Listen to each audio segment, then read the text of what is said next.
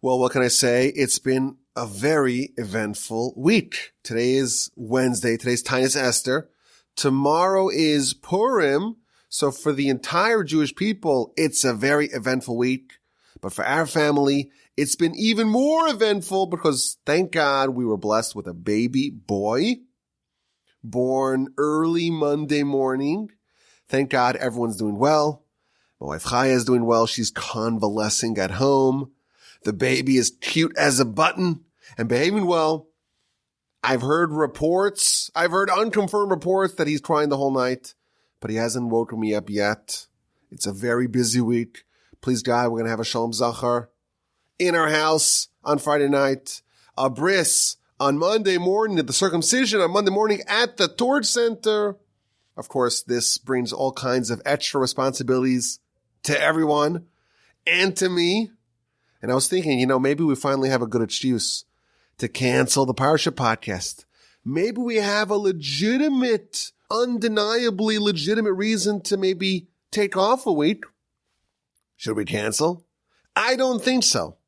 For a few reasons. First of all, Torch is known for a lot of things. We got the great podcasts and the wonderful Torch Center and the best collection of microphones west of the Mississippi.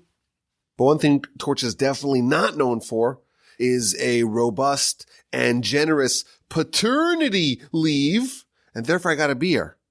But in all seriousness, a new baby is a great time to thank the Almighty for all the goodness that He bestows upon us every single second of every single day. And of course, it should be an opportunity to increase our Torah study, not to decrease. And you know what? The past couple of weeks, we've been anticipating this for a while. Turns out that the new kid, thank God, he's a Walby, not exactly a rule follower. The rules are more like suggestions. He doesn't care about a due date. So we've been waiting for this for a couple of weeks. I always turn off my phone when I'm recording a podcast, or at least, put it on Do Not Disturb. The last couple of weeks, I told my wife, I'm going to put it on a Do Not Disturb, but I'm going to have the screen facing up. So in case you call, I'll be there. But thank God we haven't missed a week. We're back to the Torch Center. There's a new Walby boy, and I'm committing to not leaving until we have a new Parsha Podcast. So let us begin. As always, the address is rabbywalby@gmail.com. On to Parshas Tzav. Our Parsha begins with the discussion of the processing of the sacrifices delineated in last week's Parsha, Parshas Vayikra. With the exception of a few sacrifices and offerings, all the descriptions of the sacrifices themselves are featured in last week's Parsha, Parshas Vayikra. And this week is dedicated to the processing of said sacrifices. The Ramban, the very first comment that he offers on our Parsha, tells us that in Parshas Vayikra, it's addressed to the Jewish people, because the whole Parshas Vayikra, is about the instruction of bringing the sacrifices. Our Parsha begins, Tzav es Aharon, command Aaron, the Kohen, because our Parsha deals with the processing of said sacrifices. And who does that? Who is in the temple, the tabernacle, processing the sacrifices? That is Aaron and Aaron's children, and therefore that is the role of our Parsha. Now, just like last week, where it described the bringing of the sacrifices, it started off with the Ola, with the elevation offering. Our Parsha as well, when it talked about the processing of the sacrifices, it begins with the Ola, with the elevation offering. And it tells us, Tzav es Aaron, command Aaron and his sons. This is the Torah. This is the instruction of the Ola, of the elevation sacrifice. It's burnt on the fire on top of the altar the entire night until the morning. So we know every day in the temple and the tabernacle as well, there were 2 daily sacrifices that were the end caps of the entire day's regimen of sacrifices. The first one is the Tamid sacrifice of the morning, the daily sacrifice that's brought every single day. And the last one of the day is the daily sacrifice of the afternoon. And those are all processed and burned on top of the altar over the course of the evening. So our Parsha tells us that the evening ola, which is the type of sacrifice, the evening elevation offering, which is the tamid, daily elevation offering, it is burnt atop the pyre, atop the fire on top of the altar, overnight until the morning. And then it tells us about the morning ritual, about removing of the ashes. In fact, you may remember in last year's Parsha Podcast, for this week's Parsha, the memorably titled podcast, Ashes, Ashes, We All Rise Up, was all about the ashes and their removal. And that's the two verses 3 and 4. And then verse 5, it goes back to the fire on top of the altar. There's a fire on top of the mizbech, on top of the altar. It should never be extinguished. And the Kohen adds logs of wood in the morning. And on top of that, you burn the parts of the sacrifice that need to be elevated. Eish tamid to kadbo. There should always be a fire, a steady fire on top of the mizbech, on top of the altar. Lo sichba, it shall not be extinguished. That's the first set of verses of our Parsha. And then it proceeds to talk about the mincha, the processing of the meal offering. That is the next offering that is featured in our Parsha. But there's a big emphasis, a big focus on the fires on top of the altar. In fact, Rashi calculates that there are 4 distinct mentions about the fire upon the altar in the first few verses of our Parsha. And Rashi tells us that the reason why there's so many invocations, so many mentions of this fire, is to tell us how many fires there have to be, either 2 or 3 or 4 continuous fires upon the altar, different amounts of fires for different days. Rashi also tells us an interesting factoid, that the light of the menorah, the fire for the menorah, you didn't strike a match to light the menorah. You took a fire from on top of the altar. Why? Because the word tamid, which means continuously, is featured by the menorah and is featured by the altar, and therefore it tells us the fire that's the continuous fire upon the altar, that should be the fire that's source to light the continuous fire on top of the menorah. And finally, Rashi tells us that there is a prohibition against extinguishing the fire on top of the altar. And in fact, if you do that, you transgress not 1, but 2 distinct Torah violations. Today, I want to focus on these fires on top of the altar. It's interesting that there's a mitzvah, a positive mitzvah, a performative mitzvah, to always have a steady, continuous fire on top of the altar. Similarly, there is a second mitzvah, a prohibition against extinguishing the fire on top of the altar. In fact, if you look at the Rambam in the Halacha, he says that someone who violates this and extinguishes the fire, they are punished with lashes. They get lashed in a Jewish court. That's how serious it is. And even if they extinguish only 1 ember of fire, and even if they remove it from the altar and extinguish it off the altar, that is a violation of this mitzvah, to have a continuous fire on top of the altar, and they would be punished with lashes. Very serious things over here. Now, I saw a very interesting piece in the Sefer HaChinuch on this particular mitzvah. The Sefer HaChinuch is a medieval era book that goes through every mitzvah in the Torah and gives a little snapshot of that mitzvah to understand some of the basic rules of it and some of the basic reasons why we have every mitzvah. And it follows the order of the mitzvahs in the order that they appear in the Torah. In fact, on the other podcast, on one of the other podcasts that we have over here from the Torch Center, the Mitzvah Podcast, the primary source material that we use to understand every mitzvah in the Torah and to understand the basic guardrails, the basic scaffolds of the mitzvah and the reasons behind it, the book that we use is the Sefer Chinuch, and he has an amazing comment, an amazing piece on this mitzvah, the mitzvah to have a continuous and steady fire on top of the altar. So he begins by explaining to us the mitzvah, that there's a mitzvah to light a fire on top of the mizbeach, on top of the altar, and it has to be lit at all times. And then he explains, the first thing he says, is that actually it wasn't even needed. You didn't need the fire. Why do we have a fire on top of the altar? Well, the sacrifices, the parts of the animals, they're not going to be consumed by humans, at least in most cases, of course, a lot of details, are going to be brought up the ramp onto the altar, and they're going to be burned on the altar, and they're going to be elevated to God. And therefore, we need a fire on top of the altar. But he tells us that actually we don't need a fire on top of the altar. Why? Because the Almighty's presence was in the tabernacle and subsequently in the temple as well. And therefore, the Almighty produced a heavenly fire that descended from heaven on high down below, and it consumed the animals and the parts of the animals, the sacrifices on top of the altar. And therefore, there's really no need to have like a supplementation of a human fire, because there's a divine fire. If there's a divine fire, why do you need a human fire?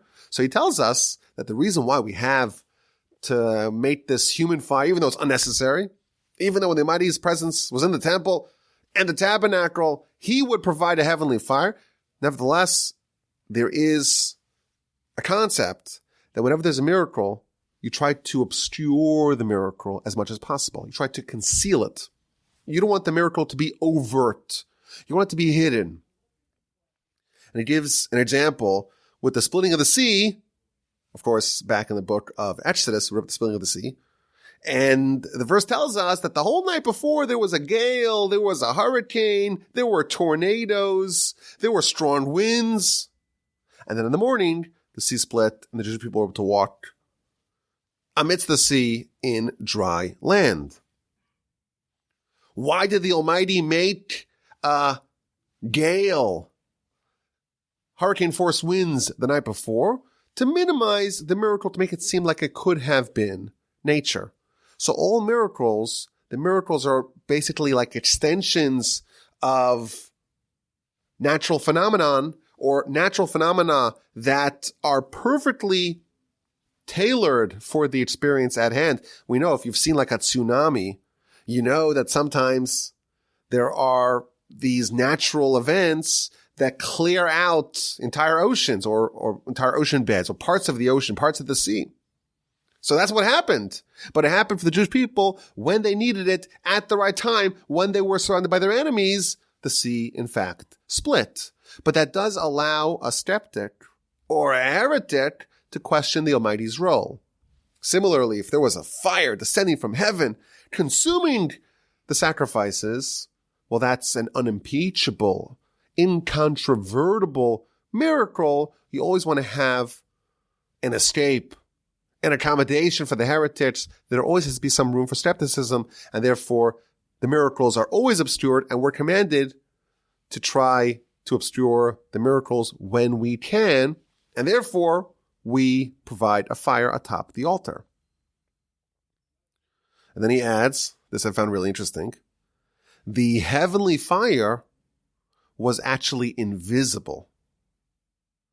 He doesn't think this is his speculation. The Sefer Chinuch, he speculates that the heavenly fire that descended from heaven on high to consume the sacrifices on top of the altar, it was invisible, and therefore you could totally miss the miracle if you see the human fire and you don't see the heavenly fire. Well, the miracle is completely obscured. But then he asks a very sharp question. Listen to this question. He says, wait a minute. We know that there are sacrifices. And the sacrifices, well, they have to be processed. And part of the processing of the sacrifices is to burn certain parts of the animal on top of the altar.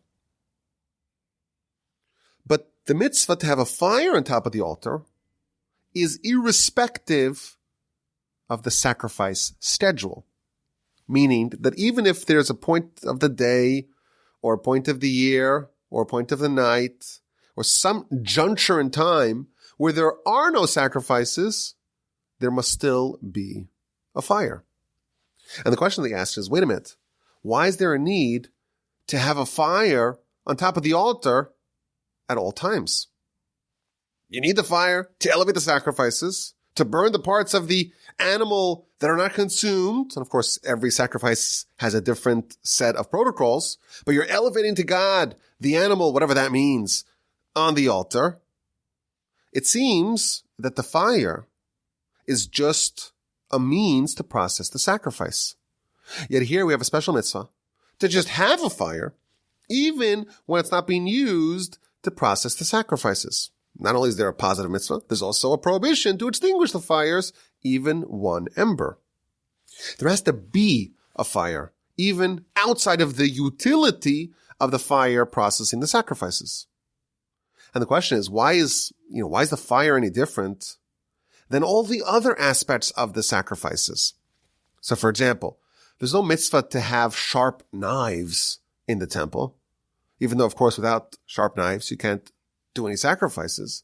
It's a facilitator for a mitzvah, but it's not a standalone mitzvah.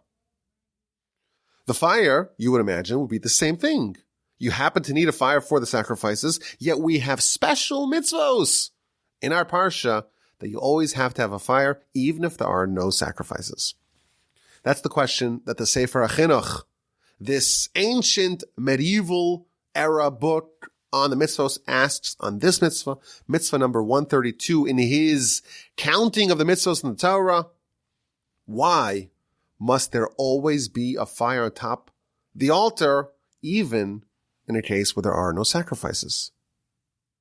And his answer is absolutely fascinating. Listen to this.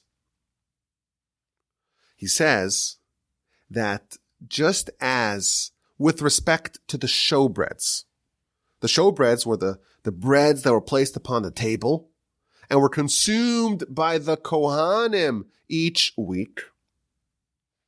And the reason why we have these breads, says the Sefer HaChinuch, is because they are receptacles of divine blessing, and they are absorbing the blessing from God that permeates, that spreads to all the other breads in the world. Meaning that with the showbreads in the tabernacle, in the temple, there is now holy bread, so to speak, and the Almighty's blessing descends upon that bread. And once it's on that bread, it can spread to all the bakeries and all the ovens and all the bread of the whole world can now receive that blessing once there is a foothold for the divine blessing to descend upon in the Almighty's house, so to speak, in the tabernacle, in the temple. Very interesting idea. There has to be something for the blessing to grab a hold on. And once there's blessing in the bread in the temple, then it can spread to every other aspect, every other example of its ilk, every other bread in the world. The bread of the showbread, that serves as a receptacle for the divine blessings of bread. And once there's a bread that's replete with divine blessing, it can now spread to every other bread. Similarly, says the Sefer HaChinuch, we want blessing in the bread. We also want blessing in the fire. Amazing line. We have to do a mitzvah on the fire. Why? So that fire in this world should be blessed. And the fire in every person should have the influence of this divine blessing. What an amazing idea. Every person has a fire within them. And we want that fire within them to be blessed. And therefore, the Almighty makes a mitzvah to have a fire in the temple, in the tabernacle. And that fire will receive the divine blessing. And once there's blessing and fire in this world, it can spread to the fire that exists within each and every person. The fire in everyone's belly, as they say. What an amazing idea. Why do we have a fire on the altar? So I always thought, well, we needed to process to burn the sacrifices, to elevate them to heaven. Says the Sefer HaChinuch, if that was the only reason why we had to have a fire, well, then it would be coupled with sacrifices. And you wouldn't need to have a fire when there is no sacrifice to process. There wouldn't be a standalone mitzvah to always have a fire. The fire would be like the knife. You need it, but only for its utility in helping you perform the other mitzvah, the mitzvah of the sacrifices. That's what I would have thought before reading this Sefer HaChinuch. But now we discover that there's actually another reason why we have to have a fire on top of the altar. And this reason mandates that we have a fire on the altar at all times. And that is to provide blessing for all the fires in the world. And the blessing of the fire descends to this world and has a foothold on the altar. And once it's there, it can spread and permeate and proliferate to all the fires within each person. What an interesting idea. And he continues. What is the nature of this fire within man? Uma eish zeh. What is this fire? So he tells us, this is just, again, very interesting framing. This is the nature of man. Man is comprised of 4 elements. And the most ethereal of these elements is the fire. And this fire within a person gives a person strength and movement and action and energy. And therefore it needs blessing more than anything else. Humans have the capacity to be dynamic. We have energy, we have movement, we have action. And that is the engine, so to speak, that drives mankind. And therefore it's so important, so critical, it demands blessing. And therefore the Almighty says, put a fire on top of the altar and let there be blessing at all times on this fire. And once there's blessing in this fire, there will be blessing in all the fires, including the fire in every person's belly, as they say, the fire in your belly, the engine that drives you. Let that be blessed. And then he adds another central idea. The nature of a blessing is balance, is equilibrium. It's to have just the right amount, no more, no less, the Goldilocks zone. The fire within man has to be balanced. If you have too little of it, then your strength wanes. You get weakened. If you have too much of it, then you'll die of a burning fever, meaning it's too much, it'll consume you.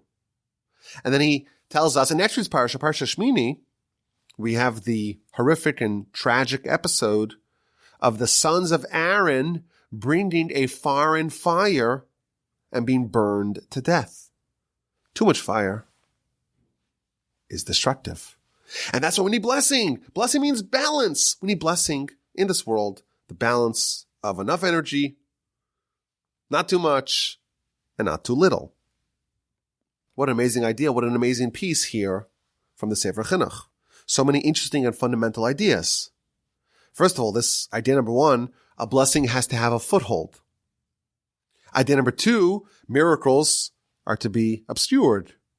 And then the idea of fire and energy and dynamism as the engine that drives mankind, but it needs blessing, meaning it needs to be balanced, not too much and not too little.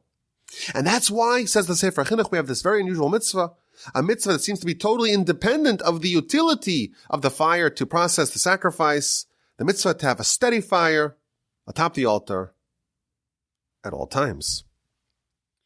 I want to suggest another approach. I want to suggest another idea, another way of thinking about this fire that's there at all times on top of the altar, even when there is no sacrifice present. What is fire?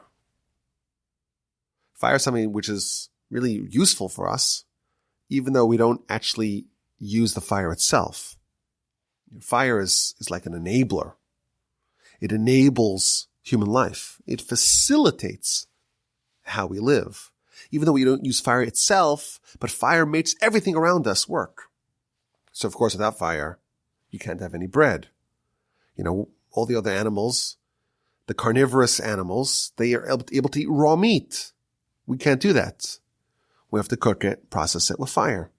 You need fire for heat and for fuel and to cleanse things. Without fire, there's no industry. You can't make metal. You can't build anything. You need fire in so many different areas of life.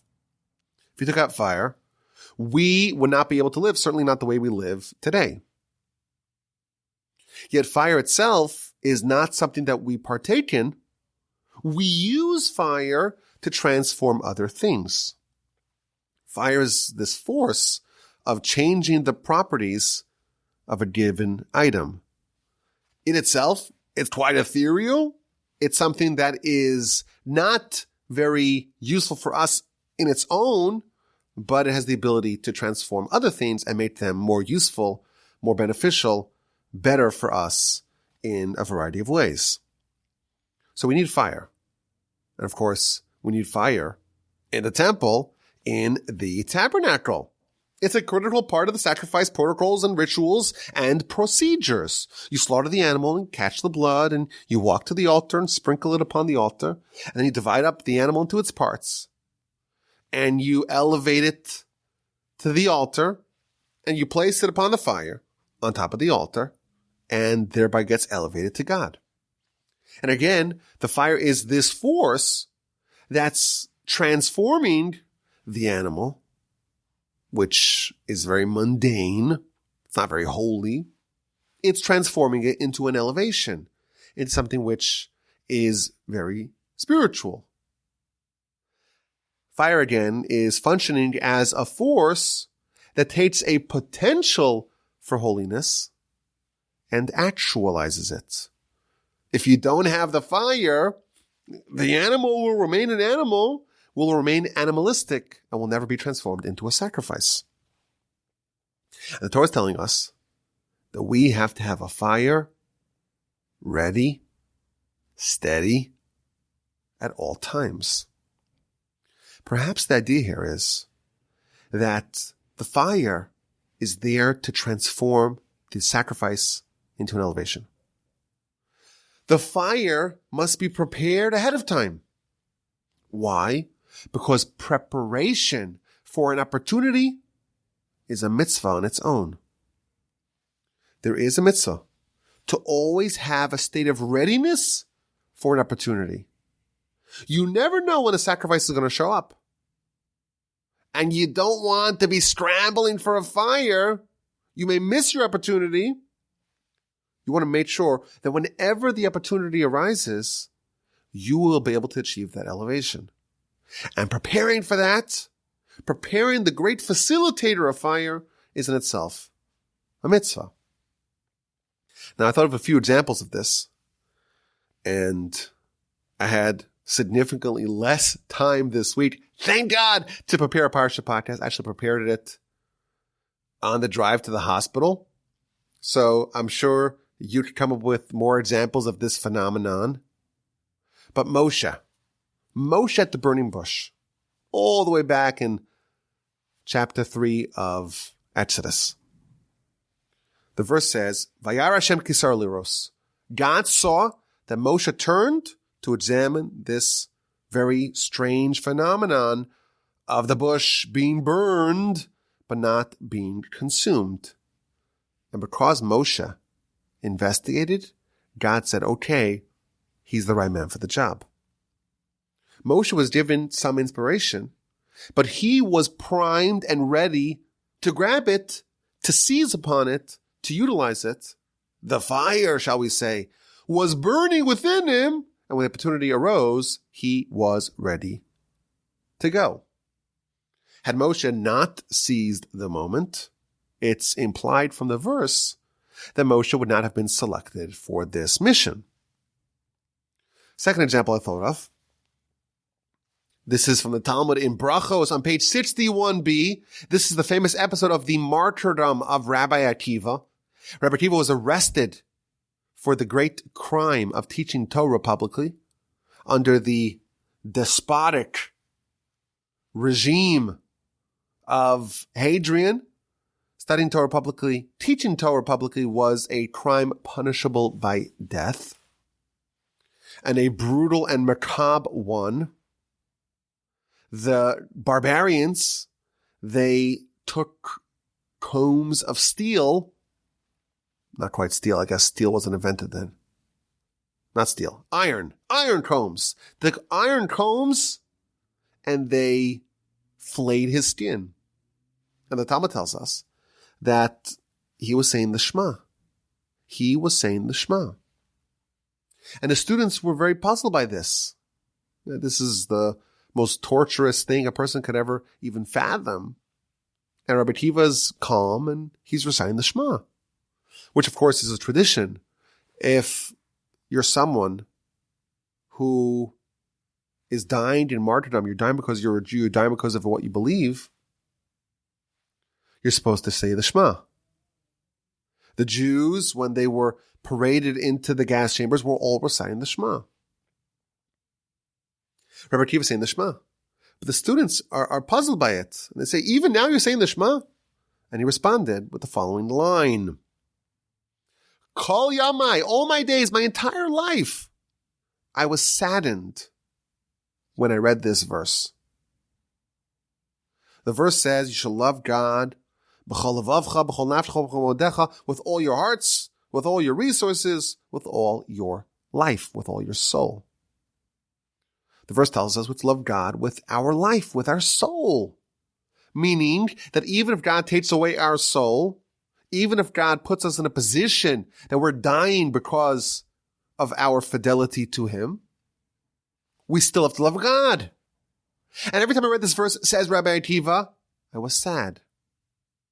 And I said, Masai yavo liyadi v'akayimenu, when will I finally have this opportunity? And I will fulfill it. And now I finally have that opportunity, and I'm excited to fulfill it. There's an amazing idea over here. Rabbi Akiva is one of the great heroes of our history. He died in martyrdom. He is the absolute apex of the levels of souls in the afterlife is Rabbi Akiva and his friends and his comrades, those who died who were killed in martyrdom. But we see this is not something that he decided. This was not a level, so to speak, of dedication to God that he just summoned at the moment of martyrdom. He's been preparing for this his entire life. Every time he said this citation, the Shema, he lamented the fact that he did not quite yet have the opportunity to fulfill it. And he said, when will I finally have the opportunity? I was sad every time I read this verse. He read it a minimum of twice every single day. Every single day, even when there was no opportunity for martyrdom, the fire was yet lit. He was ready for it. The fire was lit, and therefore when the opportunity came, he didn't miss a beat. If you're scrambling for a fire, you'll miss the opportunity. And you never know when the opportunity to accomplish great things, to unlock great heights, to achieve a great destiny, you don't know when that opportunity will present itself. And therefore, there has to always be a fire atop the altar. In my new book, Upon a 10-Stringed Harp, you may have heard of it, there's a chapter titled Spiritual Shortcuts. This is the part of the book that's dealing with accessing the afterlife. How do we make sure that we are citizens of Olam Haba, of the world to come? How do we guarantee that we will merit a portion in the afterlife? So in this chapter titled Spiritual Shortcuts, we talk about 3 stories in the Talmud about people who were not necessarily renowned for their piety and righteousness, but took a spiritual shortcut. They were able to unlock, in the words of the Talmud, they were able to earn Olam Haba. They were able to earn a ticket, a high place in the afterlife in 1 hour. Everyone can achieve their destiny in 1 hour. And in said chapter, we offer evidence to the fact that every single person will have at least one chance in their lifetimes. Listen to this, this is important. Every single person will have at least one chance in their lifetime to earn eternity in 1 hour. We can define our mission in life here as a quest for immortality, a quest for greatness, a quest for eternity, a quest for Olam Haba, for the next world. This world is a world of preparation. We're trying to prepare. We're preparing for the world to come. It's a corridor, the Mishnah tells us, that we're walking down the corridor to get to the ballroom to get to Olam Haba. Typically, people have to spend their entire lives, your whole life, every day, every hour, every month, every year, is a focus, is an effort to try to position yourself to earn eternity. And if you're righteous and you follow the Torah's guidance, well, after a whole life, you will be qualified. You'll be a good candidate for the world to come.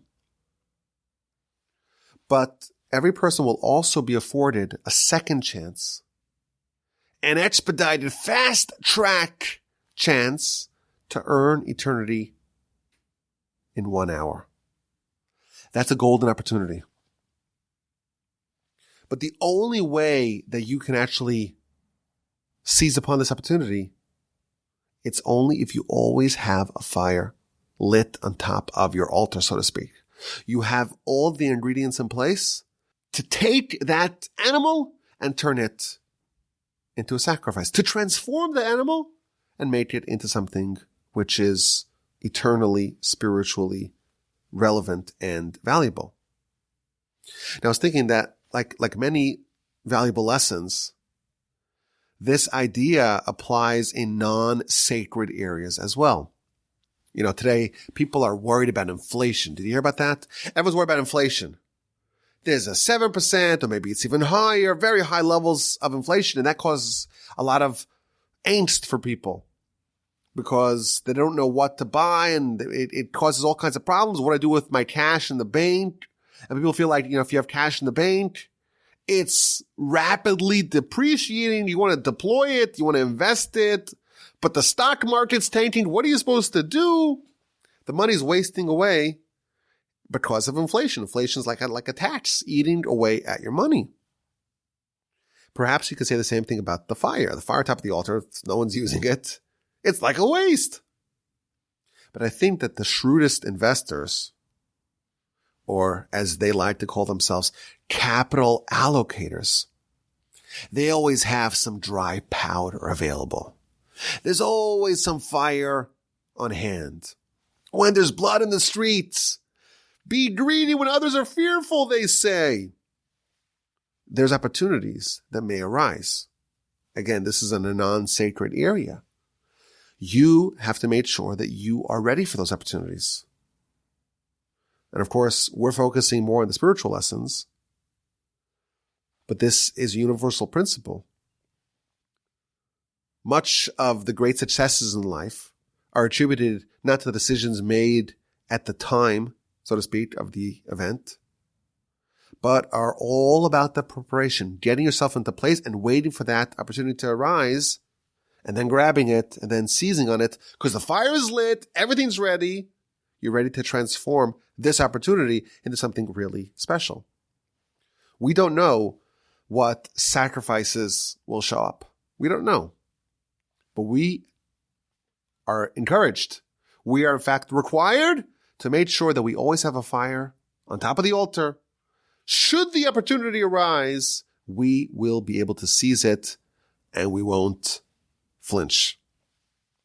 Get that fire burning. Make sure that fire is really, really hot and burning. You never know when you will need it. Okay, let's do this week's exquisite insight. Not only is there a Parsha podcast in this very busy week, very tumultuous week, there's also an exquisite insight. Isn't that amazing? And it's a fitting one. One of the sacrifices not featured in last week's Parsha is the Karban Toda, the Thanksgiving offering. And no, it was not a turkey. It's a Thanksgiving offering that preceded the Indians, the Native Americans, America by thousands and thousands of years. And that is that when someone has a miracle that happens to them and they want to thank God. For example, Talmud tells us you travel over a desert and you arrive safely. You travel over a sea and you arrive safely. You're released from prison, God forbid. You recover from a deadly illness. You want to thank God. You bring a carbon toda, a thanksgiving offering. That seems very appropriate. The Midrash tells us something fascinating. The Midrash says that in the future, all the sacrifices will be annulled. Now, the Midrash doesn't tell us when this future is and why the sacrifices will be annulled. But then it ends, the carbon toda, the Thanksgiving sacrifice, will never be annulled. In addition, in the future, prayers will be annulled, but the prayer of thanksgiving will never be annulled. And the question is why?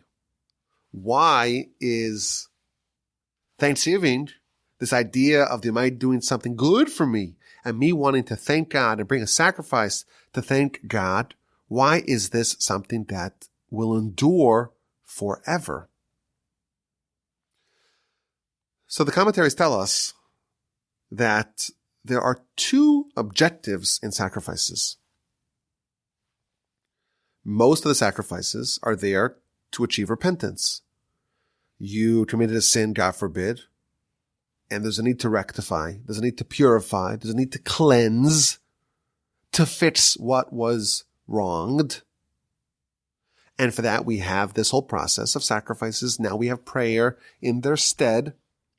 You're fixing what is broken.